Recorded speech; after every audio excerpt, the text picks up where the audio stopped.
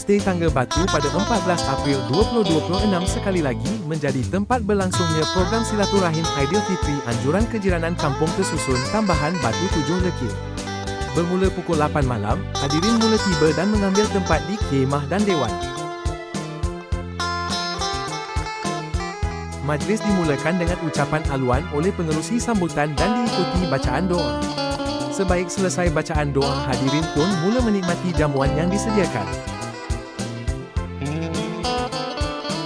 Pelbagai jenis sajian disediakan. Ada lemang, rendang daging, nasi impit kuah kacang, nasi goreng, dan masakan panas seperti bihun sup, mi dan kuih tiaw goreng. Selain makanan, pelbagai minuman panas dan sejuk juga disediakan. Ais krim pun ada. Hadirin boleh memilih makanan dan minuman mengikut cita rasa masing-masing. Ketika hadirin menikmati jamuan, acara program diserikan dengan cabutan nombor bertuah. Lebih 100 hadiah telah disediakan. Majlis ini berjalan lancar kerana ia dikendalikan oleh pasangan pengacara majlis yang berpengalaman lagi berbakat.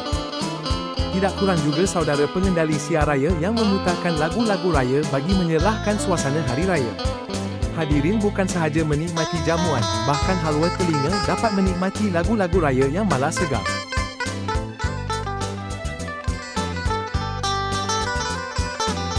Lebih kurang jam 9 suku malam, bilangan hadirin bertambah ramai kerana tetamu jemputan dari Masjid Ar-Raudhah, Masjid Haji Isa Batu 8 Lekir dan pelajar-pelajar sekolah tahfiz telah pun tiba untuk sama-sama memeriahkan majlis.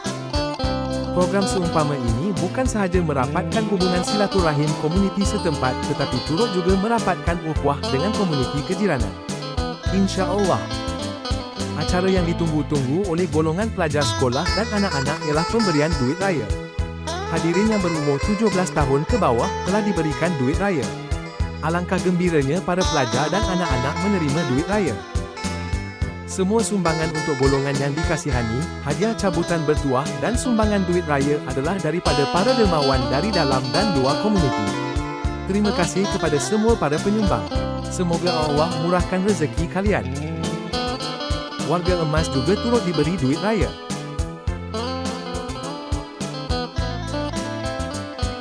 Penganjur turut menganugerahkan hadiah penghargaan kepada tokoh komuniti yang telah banyak membantu mangsa banjir kampung tersusun pada bulan November tahun lepas.